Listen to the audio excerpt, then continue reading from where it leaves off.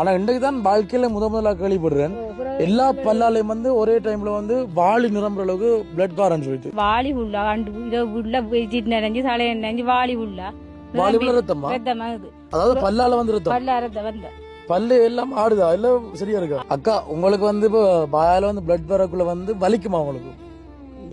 வலிக்கிறல்ல 3 நேரம் போடல உண்டு 3 நேரம் பிளட் தான் பாய்ச்சினவங்க. அது எத்தனை தரம் வந்திருக்கு ரத்தம்? அவங்க எது சாரம் மட்டும் சொல்லலாது நிறைய தரம் போட்டும் கையும் தான் போட்டு கடைசியா எப்ப வந்தது? குடிசை இல்லாட்டி வரும். இப்ப அவங்களுக்கு ஏதாவது நடந்துட்டு அவங்களை பாக்குறது யாரும் இல்ல. யாரும் இல்ல. அப்ப அக்காவுக்கு வந்து என்ன விருப்பம் அப்படின்னு சொல்லி கேட்ட டைம்ல அவங்க சொல்லியிருந்தாங்க வந்து கொட்டிட்டு கடிதாங்க கொட்டிட்டு தெரியா? அப்ப சரிங்க இருக்கா ஹாஸ்பிட்டலுக்கு கொண்டு போயிட்டோம். டாக்டர் மாதிரி என்னப்பா எங்களுக்கு பார்க்கவே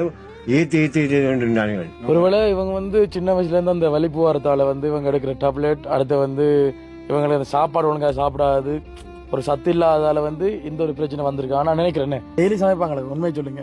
பிக்ஸ் வந்தா அடிபட்டு விழுந்தாரு எழும்ப மாட்டாடக்கண்ணு. நீங்க பாத்திருக்கீங்களா நேரடியா வந்து? அப்ப நான் பார்த்துதான் நான் கிட்டையும் பாடல வைத்துட்டேன். ஏன் அதுலயும் கொண்டு விழுந்து மண்டை உடைஞ்சிருக்கி இந்த நாடி வடிச்சிருக்கி நிறைய கஷ்டப்பட்டிக்காள். அப்படி கொதிக்கி நின்று அந்த தண்ணி கொதிக்குமே கொதிக்கி பலாக் பலாக் அப்படியே வரும் ரத்தம். திரும்ப என்ன செய்தாண்டுன்னா செத்த கட்டை செத்து போய்த்தாவும் அங்க கொண்டு போதவில்லைன்னு சொல்லு. பிறகுதான் என்ன செய்ய ராத்தா கூட மாதிரியே கொண்டு கொண்டு போய் மட்டல் ஹாஸ்பிட்டல் ஐசியூக்குள்ள வச்சு சப்ப மாட்டா உள்ளே வர மாட்டா கொண்டு நாங்க அவங்க ரெடி எல்லாம் இருந்திருக்காங்க ஒரு பிறகு அவனோட நல்ல காலத்துக்காக தப்பித்தாவு கண்ணும் காதும் துப்புறதும். எனக்கு உங்களை பார்க்க உண்மையில எனக்கு ஒரு மன கஷ்டமா இருக்கு கவலையா இருக்கு.